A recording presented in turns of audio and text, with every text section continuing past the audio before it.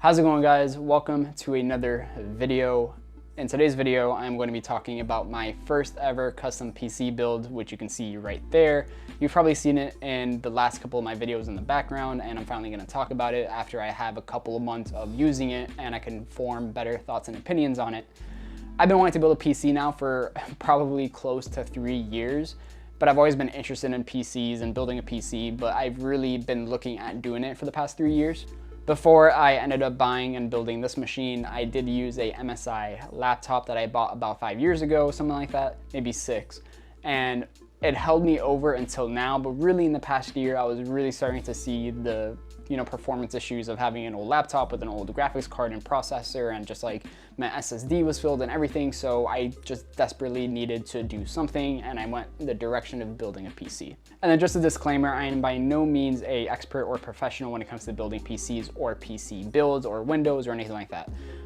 There are a lot more people on this platform who are way more knowledgeable than I am. And leading up to my build, I did look to them for a lot of research and just understanding of PC builds and customization and all that stuff. So everything I say in this video is coming from a place of just my experience with building the PC and not coming from an expert opinion. So now I'm going to talk through my part list and all the pricing for each part and my overall cost in this build. I am going to be using a notebook because I didn't want to memorize each part name and the price and all of that stuff, so bear with me while I look at my notebook. I am going to start off with my case, which is the Corsair iQ 4000X RGB ATX mid-tower case that I got for $135. So there was a few options that I ran through, and then I ended up getting this Corsair case, which I absolutely love. So I have a love-hate relationship when it comes to the PC community and its obsession with RGB builds and having Christmas trees on your desk. I do love it in the sense that it does add a lot of personalization, a lot of customization options, and your PC build over time becomes yours. Even the colors that you choose to have, like right now I have red and white, it becomes a part of you and your personality. But with that being said, I wanted a case that did have RGB, that did have tempered glass, and just looked very clean overall, even when it's off. And what I do love about this case is that when it's off, the case itself looks really good. It's seamless. There's no seams or like jagged lines or anything like that between material. From the glass to the metal, everything just looks really clean and really good. But then when you turn it on, you have the glass front panel showing off the 3 fans. You have the side tempered glass showing off the inside of your build. And it just allows you to, again, have those personalization options while also not being too extra like some of the other cases on the market. Next is the motherboard, the base of the operation. I got the MSI MPG X570 Gaming Plus ATX motherboard for $160. For my RAM, I ended up going with a 32 gigabytes Corsair Vengeance RGB Pro, so it's two 16 gigabyte sticks that I ended up getting for $250. I ended up getting 32 gigabytes instead of going with 64 gigabytes because I just wanted the option to upgrade in the future if I had to, but I didn't want to spend so much money on kind of having more RAM than I really needed for the moment. If I want to upgrade it in the future with getting 2 more 16 gigabyte cards or just buying 2 32 gigabyte cards, I can do that. Then for the solid state drive, I ended up getting the Samsung 970 EVO 1 terabyte NVMe for $150. Finally, for the CPU, I ended up getting the AMD Ryzen 9 3900X 12 core for $450. And the reason why I didn't get the new AMD Ryzen series cards is because of the stock availability, and I just wanted to get a CPU quicker than having to wait like I had to wait with the GPU.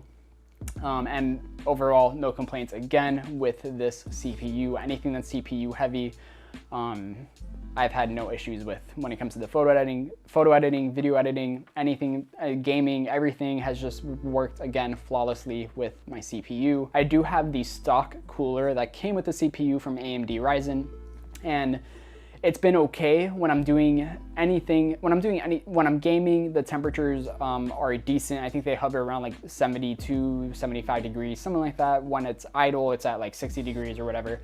But when I am photo editing, rendering, or video editing, the temperature does spike at points. up to like 80 degrees and, you know, problematic temperatures. So pretty soon I will be upgrading probably to another air cooler. I don't think I want to go the liquid cooling route or the AIO. I'll probably end up going with another air cooler, just haven't decided what I'm gonna get. Finally, the part that everyone enjoys talking about is the GPU. I ended up getting the MSI NVIDIA GeForce RTX 3070 Ventus 3X for $750 at retail. With the graphics card, I ended up waiting close to like 6 months, and I was very active in trying to get a graphics card at retail. And I got lucky one day. I was pretty much between getting a 3080 or a 3070. I didn't want to get a 3060, but I got lucky one day.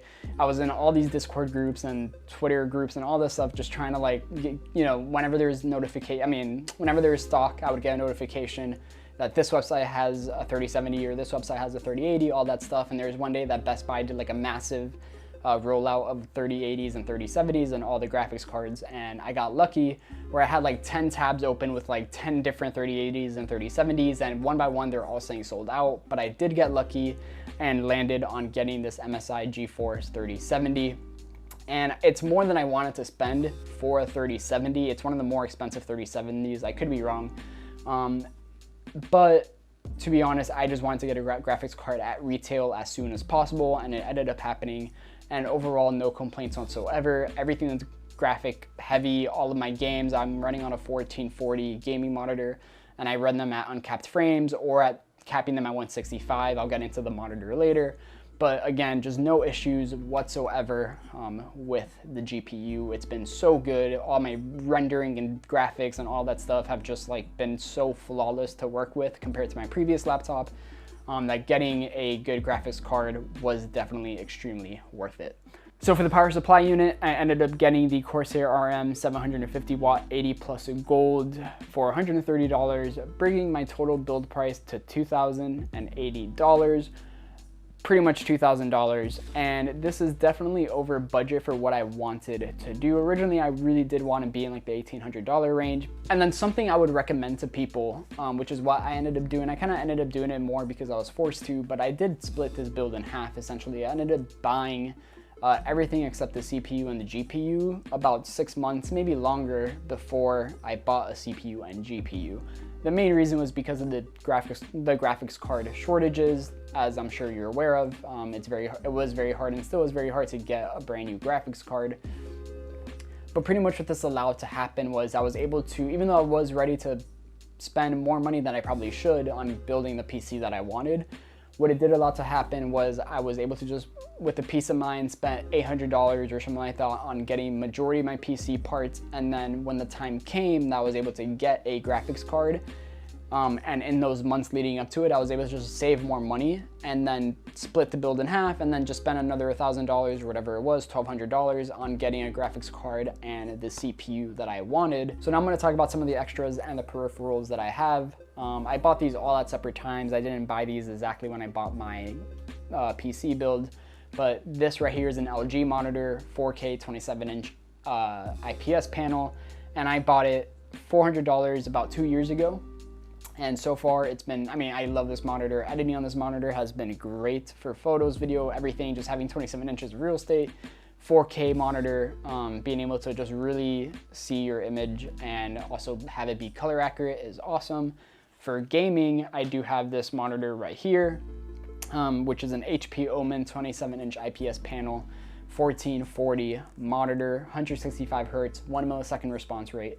And it's a $500 monitor, but I ended up buying it on Black Friday for $250. Then for my keyboard, I have the Razer Huntsman Elite keyboard. I bought this again like 2 years ago. I have the Razer Death Adder mouse for $70 and the HyperX Clouds 2 I bought like 2 years ago, 3 years ago maybe, for $100. So finally, with all of the parts and pricing out of the way, I'm going to talk briefly about my thoughts so far and my performance when it comes to editing, photo editing, and gaming. And I'll probably make a future video getting more in depth with my workflow with the PC. So I'm not going to talk too much about it here, but just some basic things. When it comes to photo editing, my previous laptop was getting so old that even running Lightroom was becoming a little bit of a struggle, and Photoshop. And so even on Lightroom with my previous laptop, especially when I was using bigger files, like I do shoot for a company called One Oak Studios, shout out to them. And they use Sony A7R3s, and they're, I think 40 megapixels, 30, 40, 60 megapixels, something like that. I think it's 40. Those files are very large, and on my previous laptop, just cycling through the photos, I would hit, the arrow key, and then it would take like 3 seconds to cycle, and then stuff like that. Even sometimes just editing, it would take a little bit for the adjustments to appear onto the image. And on this computer, obviously, photo editing is a breeze.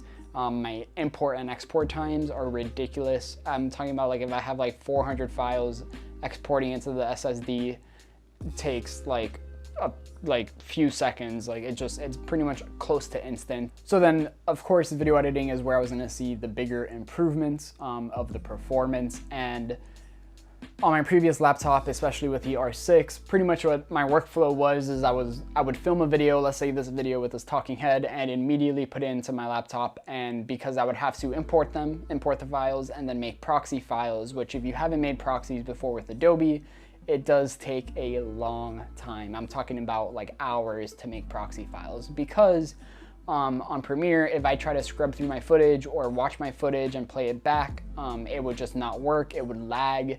It wasn't seamless, and it was extremely annoying. And the second I would start adding any sort of graphic or color grade or anything like that, it would just completely just not work. It wouldn't want to play. It was unusable. So I would have to make proxy files. And with this computer, I import them straight into my computer, into my SSD, import them into Premiere, and I don't have to make any proxies, and I can watch them at the full resolution. Once I start adding graphics, no issues. I can scrub through the timeline, I can watch it, I can even like full rendering, I could just hit play and watch it at 4K with no issues whatsoever. And then when it comes to the actual rendering times and my export times, on previous videos that I made before I had this computer with my laptop, on my laptop it would actually, like, I'm talking about like a 10-minute video. I think I have pictures on my phone of like long export times, because I would always send it to friends, like I need a PC ASAP.